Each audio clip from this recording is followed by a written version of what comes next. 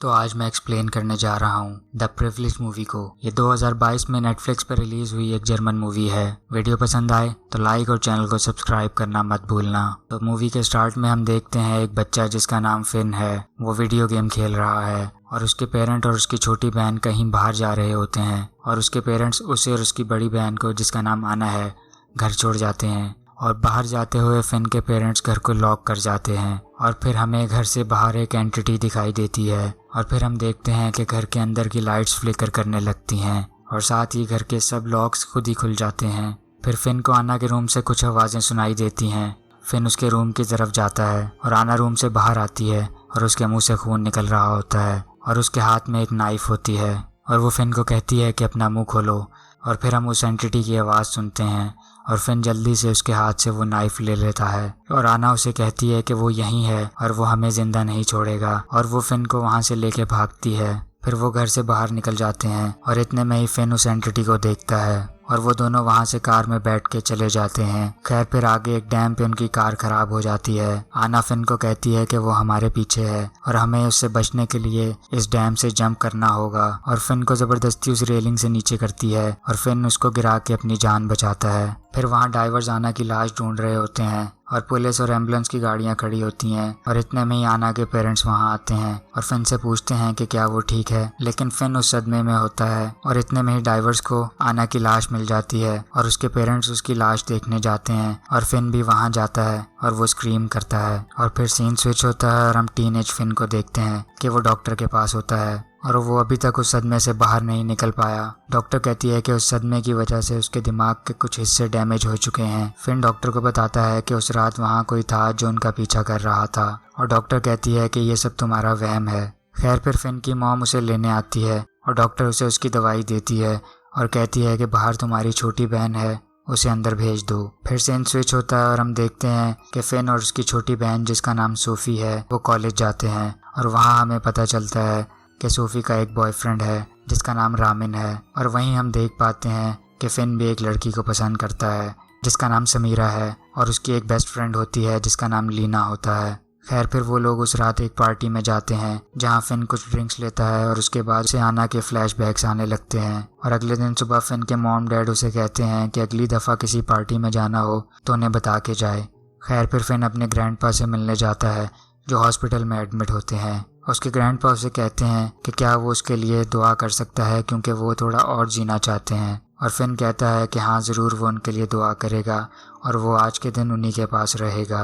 फिर वहाँ हॉस्पिटल में फिन को उस एंटिटी की आवाज़ सुनाई देती है और वो उस एंटिटी को एक ओल्ड लेडी में देखता है और फिर सीन स्विच होता है और हम देखते हैं कि फिन की मॉम डैड आपस में बात कर रहे हैं और फिन की मॉम कहती है कि फिन की तबीयत दिन ब दिन ख़राब होती जा रही है और उसके डैड कहते हैं कि फिन आना से ज़्यादा स्ट्रॉन्ग है, उसकी फ़िक्र मत करे। और फिर उसकी मॉम कहती है कि मैं नहीं चाहती कि सोफ़ी रामिन से बात करे और ये सब कुछ फिन सुन रहा होता है। खैर फिर उस रात फिन अपनी टैबलेट लेता है और सो जाता है और रात में ही उसे कुछ लोगों की आवाज़ें सुनाई देती हैं और वो जाके देखता है तो उसके पेरेंट्स और सोफ़ी के साथ एक बूढ़ी औरत होती है और सोफ़ी को देख के लग रहा होता है कि वो अपने होश में नहीं। खैर वो बूढ़ी औरत अपने कपड़े उतार के सोफ़ी को टच करने लगती है और इतने में ही वो एंटिटी फिन के ऊपर अटैक कर देती है और फिन बेहोश हो जाता है। उसके होश में आने पे उसके पेरेंट्स उसे बताते हैं कि वो उन्हें छत पे मिला और फिन सोफ़ी को बताता है कि शायद उसने कोई बुरा सपना देखा होगा। नेक्स्ट डे फिन और उसकी दोस्त लीना कॉलेज में सोफ़ी और रामिन का झगड़ा देखते हैं और उसमें सोफ़ी रामिन से ब्रेकअप कर लेती है।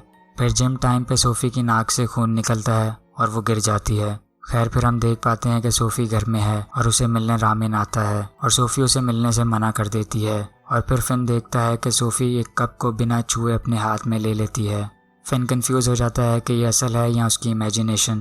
खैर इन सब बातों के बाद फिन सोफ़ी को लेकर काफ़ी प्रोटेक्टिव हो जाता है क्योंकि सोफ़ी भी 18 साल की होने वाली होती है और वो नहीं चाहता कि सोफ़ी का हाल भी आना जैसा हो। फिर एक रात फिन को रामिन का टेक्स्ट आता है और वो उसे गैस स्टेशन में मिलने के लिए बुलाता है और फिर हम देख पाते हैं गैस स्टेशन में रामिन फिन का वेट कर रहा होता है और वो अपने सामने कुछ टैबलेट्स निकाल के रखता है और रामिन के पीछे से एक बूढ़ी लेडी गुजरती है। फिर रामिन को कुछ आवाज़ें सुनाई देती हैं जैसे कि उसका कोई नाम ले रहा हो और वो उस बूढ़ी लेडी के पीछे ही चला जाता है और वो वहाँ जाके देखता है कि वो लेडी ज़मीन पे गिरी हुई है और वो वहाँ उसे उठाने जाता है और इतने में ही वो लेडी उस पर अटैक करती है और उसे मार देती है। जब फिन वहाँ पहुँचता है तो उसे रामन की बॉडी एक कार पे मिलती है और तभी उसे वो एंटिटी दिखाई देती है और फिन वहाँ से भागता है और इतने में ही वहाँ पुलिस आ जाती है और पुलिस कहती है कि ये सुसाइड केस है, पर फिन कहता है कि नहीं, इसका मर्डर हुआ है। फिर पुलिस वाले उसी पे इल्जाम लगाने लगते हैं क्योंकि रामन के फ़ोन से लास्ट मैसेज फिन को ही गया था और सीसीटीवी फुटेज चेक करने पर उन्हें फिन भी वहाँ नज़र आता है। खैर फिर फिन के डैड उसे घर ले जाते हैं। एक्चुअली वो ऑफिसर और फिन के डैड आपस में दोस्त होते हैं। फिर फिन अपनी टैबलेट लेने लगता है तो उसे उसकी टैबलेट में कुछ नज़र आता है और वो सुबह लीना के साथ उसे अपनी बायो टीचर को दिखाता है और वो उसे बताती है कि ये एक फंगस है जो डेड बॉडीज़ पे ग्रो होता है अगर उन्हें ठीक से दफनाया ना जाए। और फिर वो उन्हें एलिस्का का कार्ड देती है और कहती है कि ये तुम्हें इसके बारे में ज़्यादा बेहतर बताएगी। खैर फिर फिन और लीना एलिस्का के पास जाते हैं और उसे वो फंगस दिखाते हैं। वो फंगस देख के हैरान हो जाती है और वो फिन से पूछती है कि इस टैबलेट को किस किसने लिया है। वो कहता है कि मैंने और मेरी बहन सोफ़ी ने। फिर एलिस्का फिन को कहती है कि उसकी आंखों में देखे। ऐसा करने पे फिन के मुंह से वो फंगस निकलती है और एलिस्का इस टैबलेट के ओवरडोज से होने वाले प्रॉब्लम्स के बारे में बताती है और अपनी बॉडी के मार्क्स दिखाती है और कहती है कि इसके साथ ही नाक से खून आना और हेलुसिनेशंस होने लगते हैं, तो उसे सोफ़ी पे एग्जॉर्सिज्म करना होगा। पर फिन गुस्से में वहाँ से चला जाता है और फिर वो अपने ग्रैंडपा के पास जाता है जो हॉस्पिटल में होते हैं, जहाँ उसके ग्रैंडपा उसे बताते हैं कि मैं जवानी में एक प्रीस्ट हुआ करता था और उन्होंने काफ़ी एग्जॉर्सिज्म किए हैं। उनका सामना डीमन से भी हुआ है, बट आजकल के डॉक्टर्स इस चीज़ को मेंटल प्रॉब्लम का नाम देते हैं। खैर फिर फिन के ग्रैंडपा को ऑपरेशन के लिए ले जाया जाता है और फिन उनका ऑपरेशन होते हुए देख रहा होता है। वहाँ उसे वही एंटिटी अपने ग्रैंडपा की बॉडी से निकलती नज़र आती है और वो पैनिक हो जाता है और शीशा तोड़ देता है। इतने में ही वहाँ एक नर्स आती है और उसे कहती है कि यहाँ किसी को भी आना अलाउ नहीं है और वो वहाँ से चला जाए। और फिर फिन देखता है कि शीशे को कुछ नहीं हुआ और वो वहाँ से चला जाता है। फिर वो एलिस्का को फ़ोन करके अपने घर बुलाता है एग्जॉर्सिज्म के लिए और वो अपने घर जाता है जहाँ समीरा स्टडी के लिए आई होती है और उसके पेरेंट्स कहीं बाहर जा रहे होते हैं और उनके निकलते ही लीना और साथ ही एलिस्का और उसका बेटा भी आ जाता है। एलिस्का सबसे पहले सोफ़ी के रूम में जाती है और सोफ़ी के पिलो के नीचे कुछ रखती है और फिर नीचे सब एक दूसरे का हाथ पकड़ के उस एंटिटी को बुलाने लगते हैं। खैर फिर वो डीमन आ जाता है और उन सबको मारने की धमकी देता है। एलिस्का उसे जाने को कहती है बट वो उसी पे अटैक कर देता है और इतने में ही वहाँ फिन के पेरेंट्स वापस घर आ जाते हैं और वो सबको देख के गुस्सा होते हैं और उन्हें जाने को कहते हैं। फिर हम देखते हैं कि एलिस्का के मुंह पे चोट लगी होती है और वो फिन को कहती है कि एग्जॉर्सिज्म पूरा नहीं हुआ, इसे बीच में छोड़ना नहीं चाहिए था। खैर फिर वो लोग वहाँ से चले जाते हैं और फिन भी अपने दोस्तों के साथ बाहर निकल जाता है और एक जगह जाके छुप जाते हैं और फिर तीनों इंटीमेट होते हैं। देन उसी रात वो एंटिटी समीरा पे अटैक करती है पर समीरा बच जाती है। अगले दिन वो एलिस्का से मिलने जाते हैं और उन्हें पता चलता है कि एलिस्का ने शहर छोड़ दिया है। खैर फिर साथ ही सोफ़ी की तबीयत और बिगड़ने लगती है और फिन अपनी मॉम से सॉरी करता है क्योंकि उसने घर वापस जाना होता है। और फिर हम देख पाते हैं कि फिन के मॉम के कंधे पे भी कुछ निशान हैं। सीन स्विच होता है और हम देखते हैं कि स्कूल के बाथरूम में एक लड़का जिसका नाम लिएंडर है वो वॉमिट कर रहा होता है और थोड़ी देर बाद ही लिएंडर स्कूल की छत पे चढ़ता है और हम देख पाते हैं कि वो अपने मुंह से कुछ निकालने की कोशिश कर रहा है और फिर थोड़ी देर में वो वहीं से जंप कर देता है। फिर वहाँ एम्बुलेंस आती है और फिन और समीरा लिएंडर के साथ हॉस्पिटल जाते हैं और वहीं रास्ते में डॉक्टर्स लिएंडर के मुंह से एक इंसेक्ट निकालते हैं जिसे देख के सब हैरान हो जाते हैं। फिर लीना फिन को बताती है कि लिएंडर भी वो टैबलेट खाता था जो कि फिन और उसकी बहन खाते हैं।